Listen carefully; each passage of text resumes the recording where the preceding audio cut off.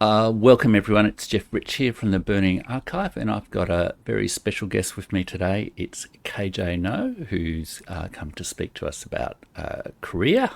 Welcome back to the program, KJ. Thank you. Pleasure to be with you. It's been a really busy news cycle, KJ, and you've been doing some great work over at the China report at Breakthrough News, including a wonderful interview with Victor Gao, which I'll include a link in the description below for everyone. But in that very, very busy news cycle, a very, very important story about Korea has lost perhaps the attention that it really deserves. The 2024 Nobel Prize Literature winner for South Korea, Han Kang, another perhaps major Korean story that perhaps hasn't quite got the attention it deserves. And it has, I think, perhaps a bit of a link to this, the experience of trauma, I guess, in Korea. I also wanted to ask you about Han Kang, who won the Nobel Prize for Literature in 2024. I think the announcement or the her sort of ceremony happened almost like at the same time as the coup. um, and I've read a little bit of her work, including Human Acts, which deals with the massacre. I can't quite remember its name. Gwangju. Guangzhou. Yep. Yeah. In the 80s, if I remember correctly. And she is. I'm wondering, has she commented much on situation in South Korea? How she perceived in South Korea, because her work is often dealing with this sense of, I guess, collective trauma that we've been talking about today. What are your thoughts on Han Kang? Well, she was put on a blacklist, a political blacklist by the Park Geun-hye government of 10,000 of South Korea's most illustrious artists. They were all put on that, but she was one of them. Uh, Wow. um, it's an extraordinary accomplishment because this is South Korea's first Nobel Prize in literature. In fact, it's South Korea's second Nobel Prize because they got one in Peace Prize, but Yeah, yeah, Peace Prize, yeah. it's an extraordinary accomplishment.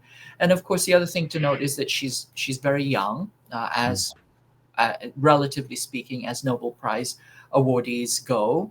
But she was the dark horse in the race when the contest was happening. She was going up against Thomas Pynchon, Haruki Murakami, Salman Rushdie, Gerard Munane, Chinese author Kan Shui, etc. I mean, that's a very, very respectable horse race that she came out ahead of. But when she won the award, she was shocked, Mm. as everybody was. And after she received the call notifying her that she had won, they asked her what she would do, and she said, "Oh, I will quietly have tea with my son."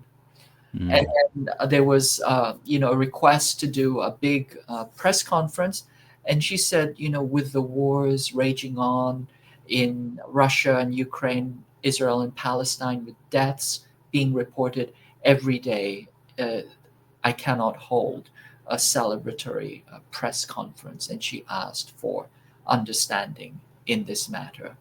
But I have said, and this is my interpretation, is that her unexpected win, her unexpected award, is probably the closest the Nobel Award Committee could get to acknowledging the Palestinian genocide, because she is of all the authors in the long and short list, she's probably the one who most profoundly and deeply addresses the issue of mass slaughter and mass human suffering.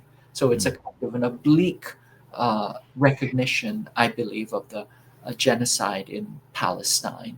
And of Mm. course, if the Nobel Committee had, gumption and courage and ethics, I mean, they could have certainly awarded the prize to a Palestinian author. There are many, many brilliant Palestinian poets and authors who, could have been acknowledged.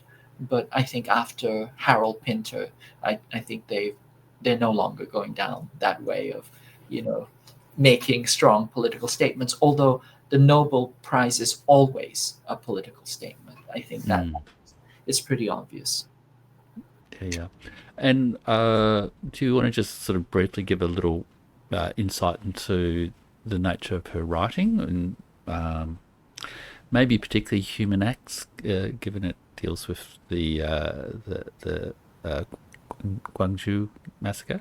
Yeah, so as I said, you know, she's the only major contemporary writer dedicated to witnessing and inscribing the horrors of historical atrocity and mass slaughter perpetrated by imperial powers. And the Nobel Committee, when they awarded her, they praised her for intense poetic prose that confronts historical traumas and exposes the fragility of human life. They described her work as a witness literature or prayer addressing the dead, and as artworks of mourning that seek to prevent erasure. But, you know, she says herself, and she's I mean, she's really quite an extraordinary writer. And she says when she writes her books, she usually spends 5 to 7 years on them. Very often they are have a non-fictional quality in that they're very often addressing historical issues, historical atrocities. And she says that uh, by the time I finish writing, I am no longer the same person that I am when I started writing. That she's altered through the process of her writing. And I believe that her books themselves have the capacity to alter people if they read them with the attention and care that they demand.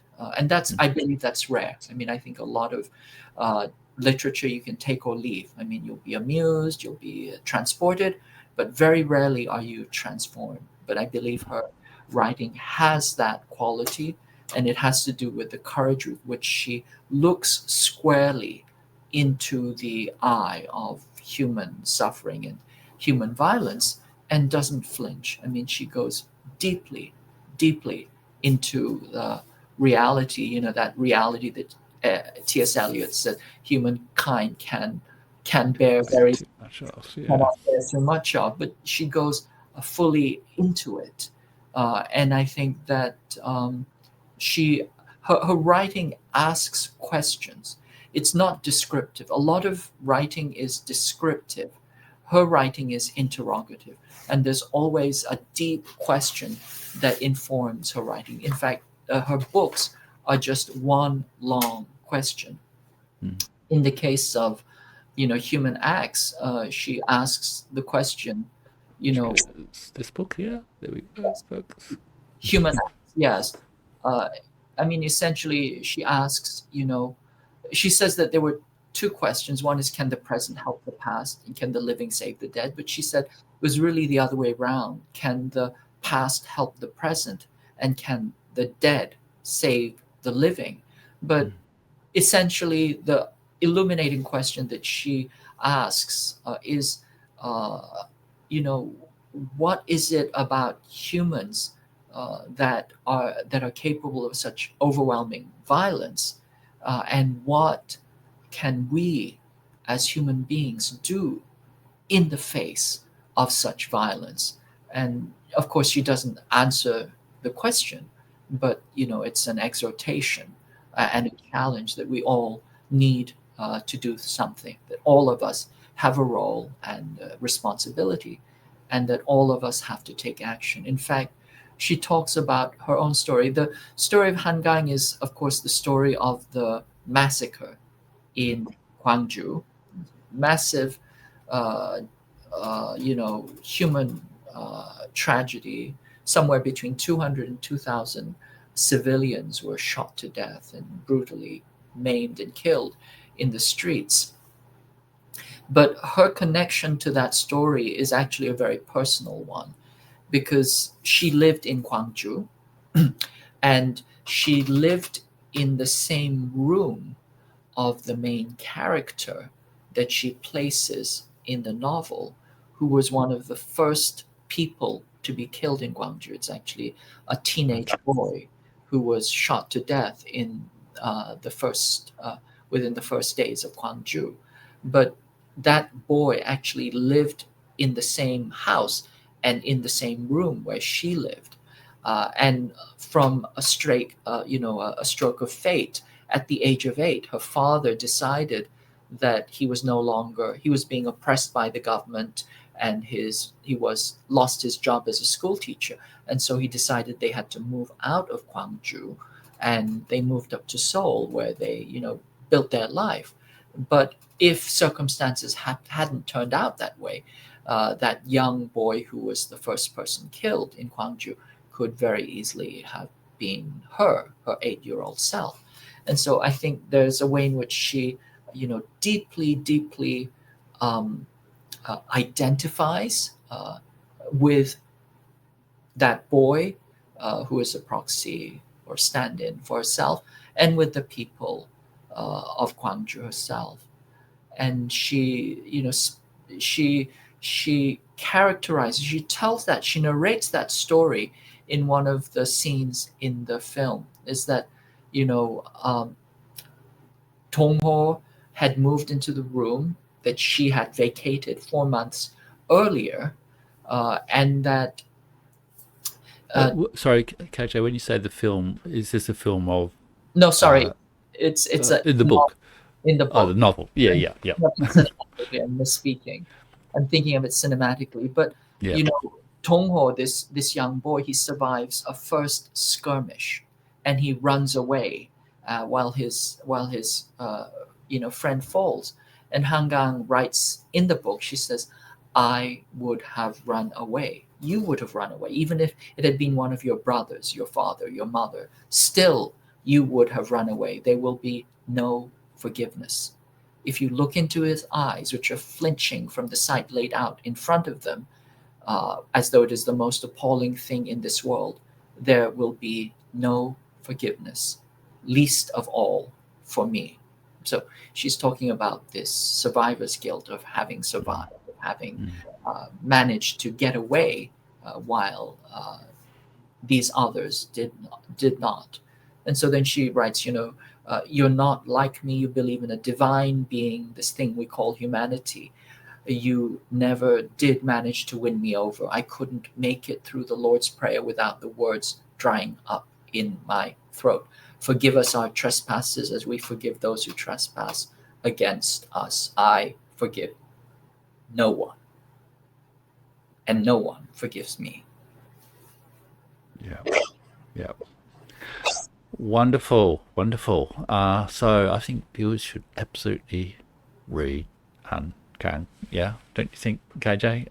Wonderful. I've been just reading Human Access in the last few days, and I've read the White Book, I think, as well. And it's fantastic literature and a fantastic, I guess, insight into the human condition, to human acts, and but also specific issues in Korea and the kind of cultural experiences that we've been talking about in this interview, KJ.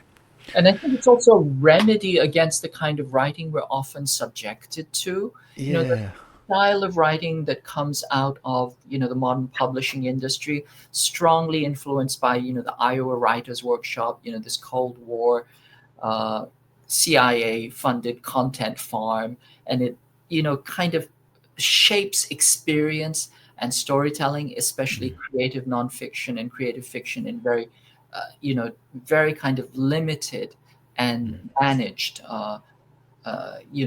gatekeeping ways. That's right. Everything's a feature story for the Atlantic, sort of thing. Yeah. Exactly. And I think that just kind of breaks this open, and it even challenges the kind of Western notion of this individuality as being the basis of storytelling. She's trying to tell a much bigger, vaster, panoramic story of historical violence perpetrated through imperialism. And I think that's a really salutary thing for every reader to encounter. It's a rare encounter, but it's absolutely necessary. Fantastic. Well, thank you so much for your insights and time today, KJ. It's been a fantastic discussion covering the situation in Korea today, the child adoption, child trafficking scandal of Korea, and the wonderful work of Han Kang. And thanks so much, KJ. Thanks so much for joining me. Thank you, thank you. And one more time, I just want to put out, tip of the hat to you and the great work that you are doing in bringing these types of stories out to the public, and also, enormous tip of the hat to the grassroots organizations that are fighting for justice and trying to remedy these deep, profound structural wrongs. Thank you, KJ, and thank you to all those people who are fighting for justice or working for justice, perhaps might be a better way of putting it. Thanks so much, KJ. Thank you, Jeff.